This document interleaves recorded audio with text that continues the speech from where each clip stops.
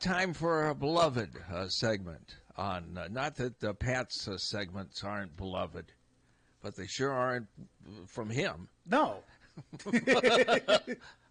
It's Sam. Hi. It's Library Corner. It's so great to see you. Hi. I haven't been here with Sam for a while. Sam Helmick, Community and Access Services Coordinator. Usually it's Manny, but Manny's not here today. So, Sam, you're joining us. Thank you very much.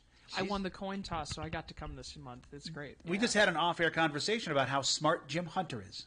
Mm-hmm. And his musical knowledge and prowess. Yeah, she is always impressed by his musical knowledge. I feel like he could be writing books. Yeah. Seriously. Yeah. We were getting to you. We were going to talk about you next. We ran out of time. Sure you were. Yeah, why don't you write a book, Steve? What would that book be about? He was young, he got old, and it hurts. Oh. The end.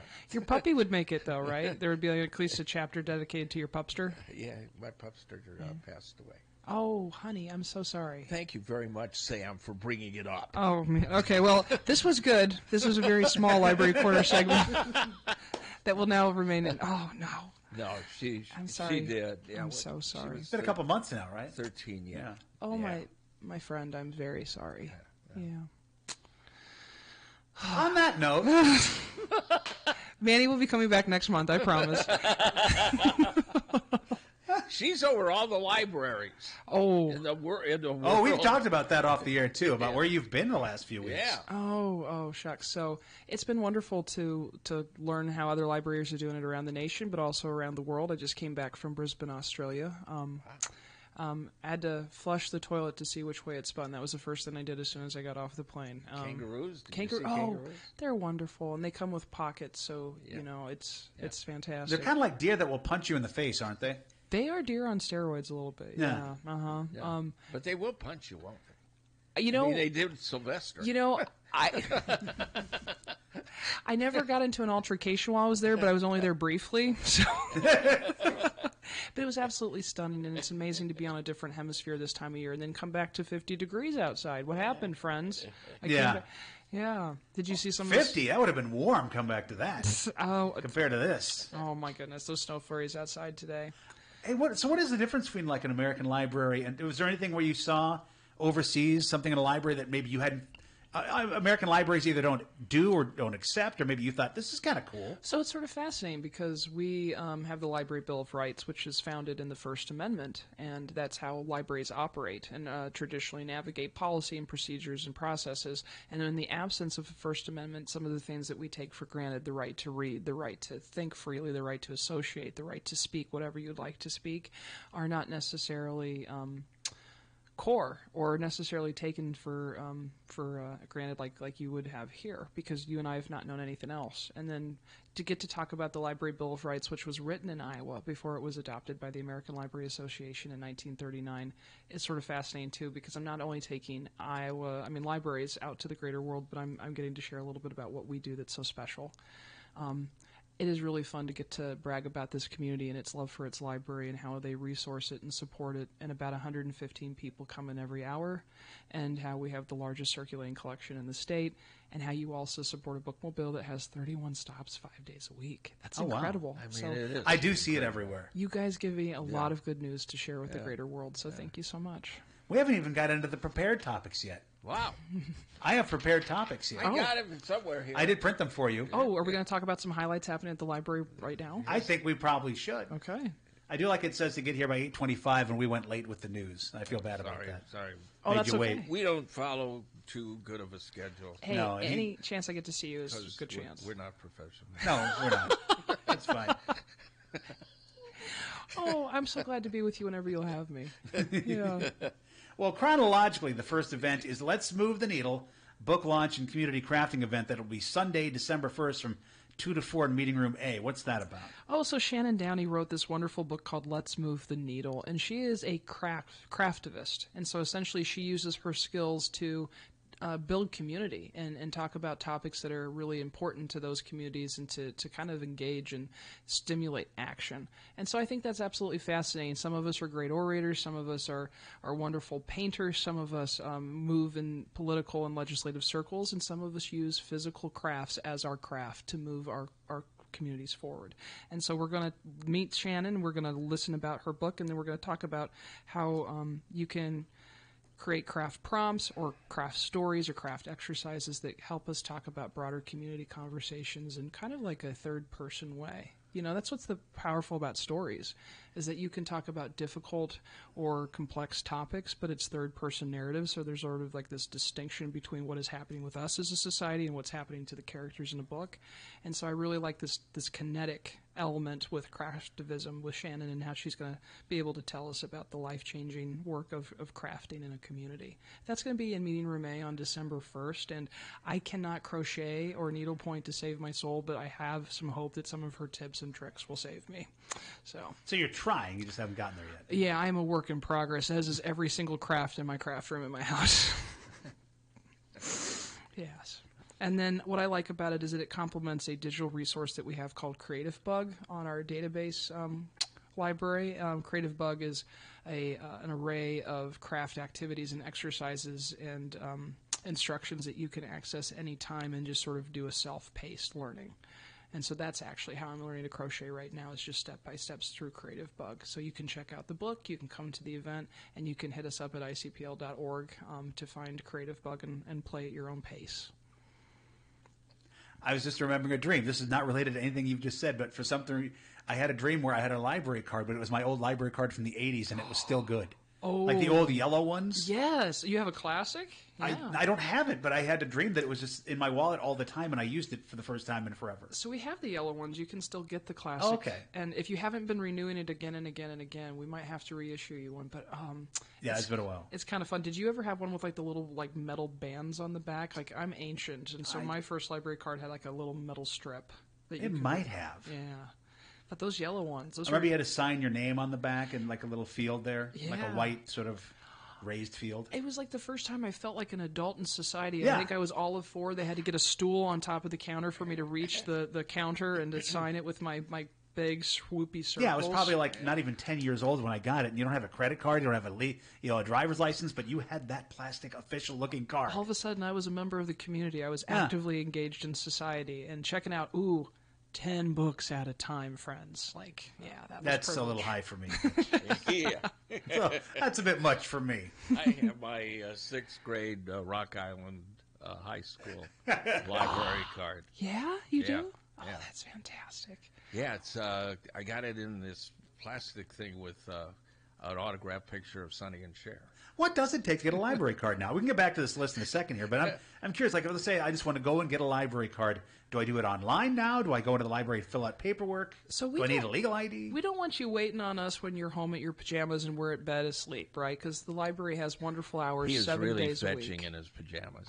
Well, You can come in your pajamas, but we're not opening until 10. So I have a little nightcap, if you want those sweet, sweet resources and you're not quite ready to get out of the nightcap, you can go online and fill out the application and get a temporary digital card. This will give you access to those ebooks and movies and music and magazines and databases.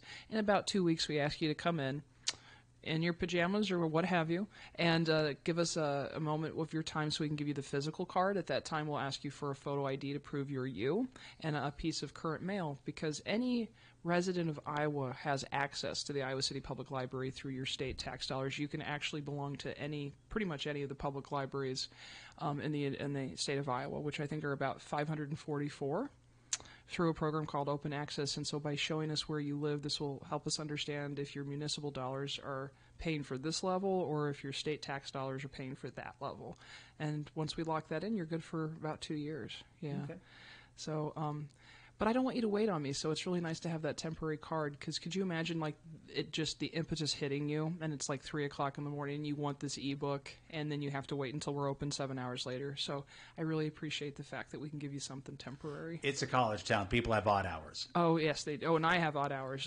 Yeah, Insomnia Cookie, ebooks, 3 o'clock in the morning. That's my jam. I'm not gonna sugarcoat it. Yeah. Oh, see.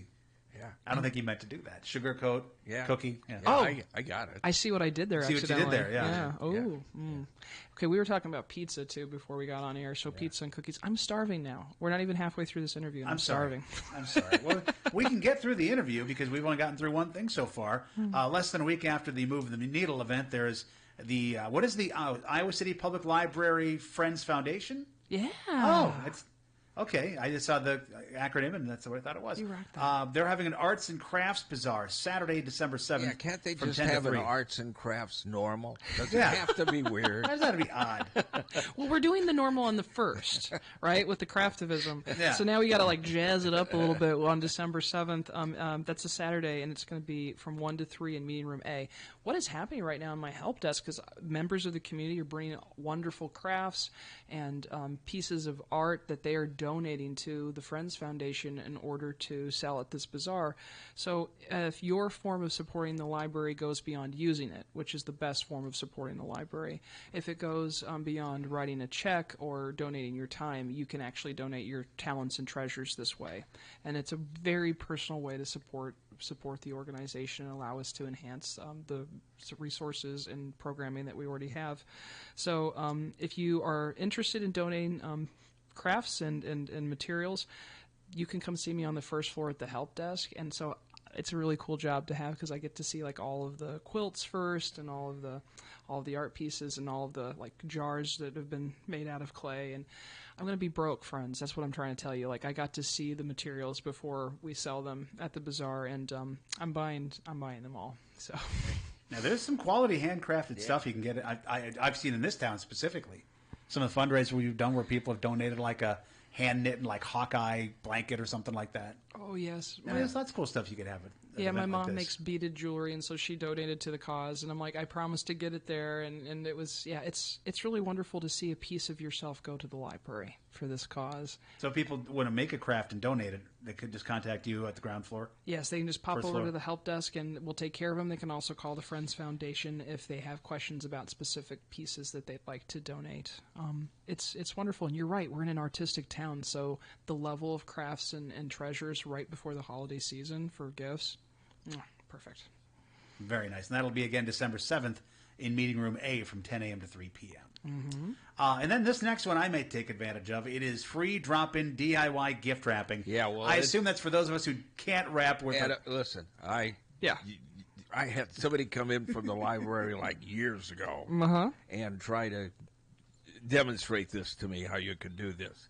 And she left here so frustrated. I've never seen her again. Okay, for you, we have bags. We just give you bags to put the gift in, put a little paper that's on what- top. That's easy. exactly what we do. Yeah. Put the gifts in bags. There you go. It's simple. Keep it simple. The holidays are already complicated enough, right?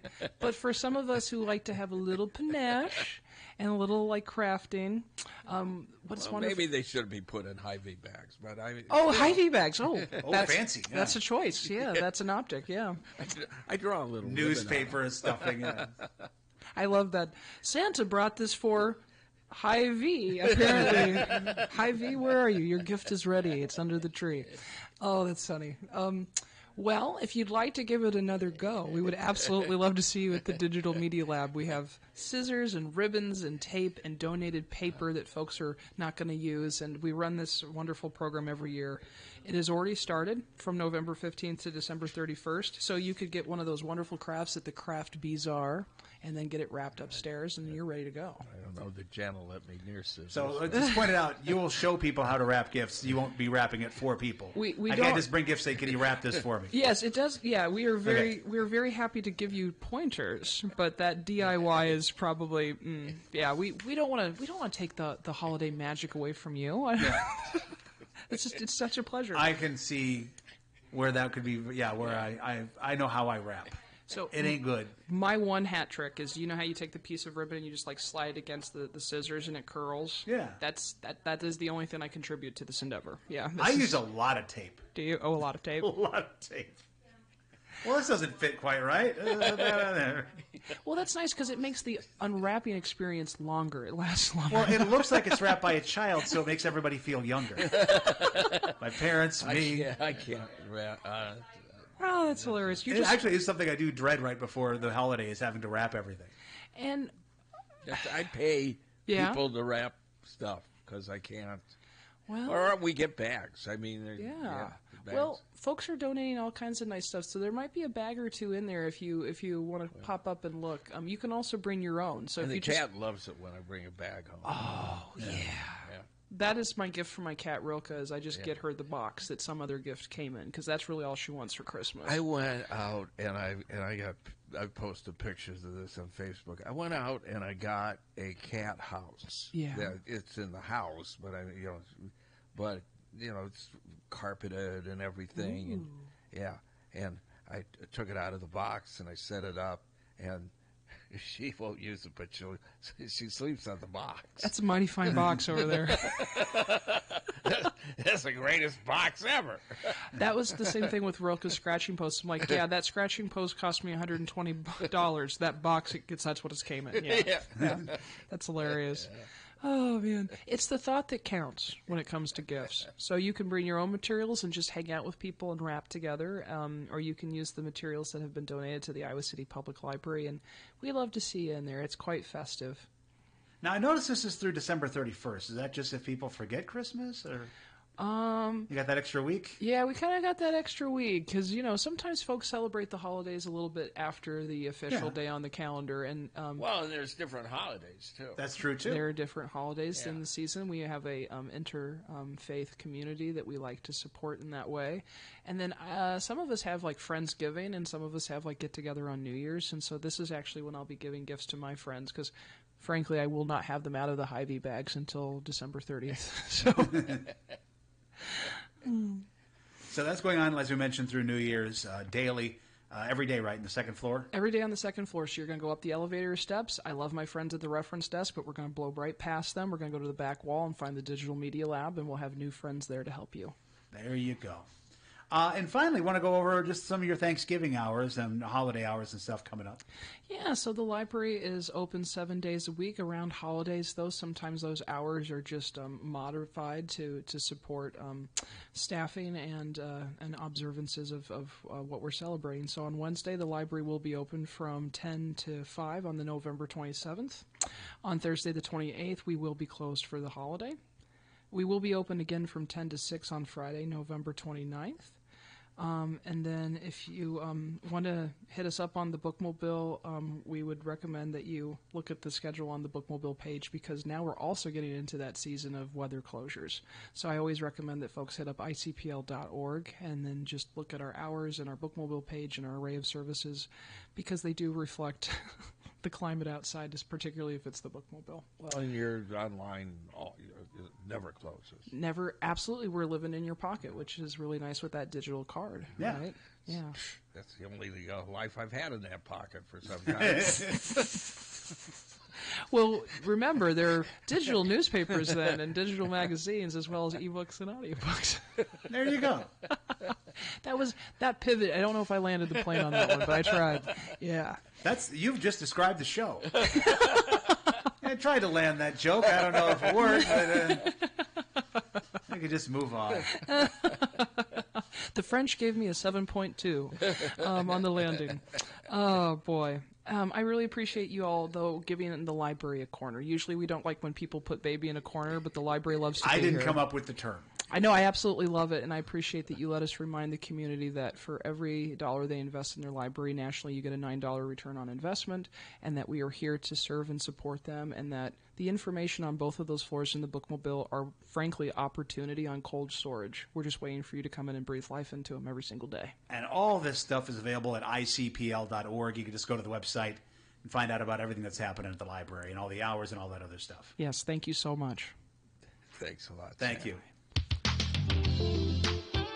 Happy holidays.